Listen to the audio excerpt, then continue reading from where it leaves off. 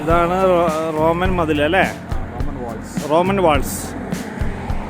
ഇത് സാമ്രാജ്യത്തെ സംരക്ഷിച്ചിരുന്ന അതിർത്തിയുടെ വാളുകളാണ്.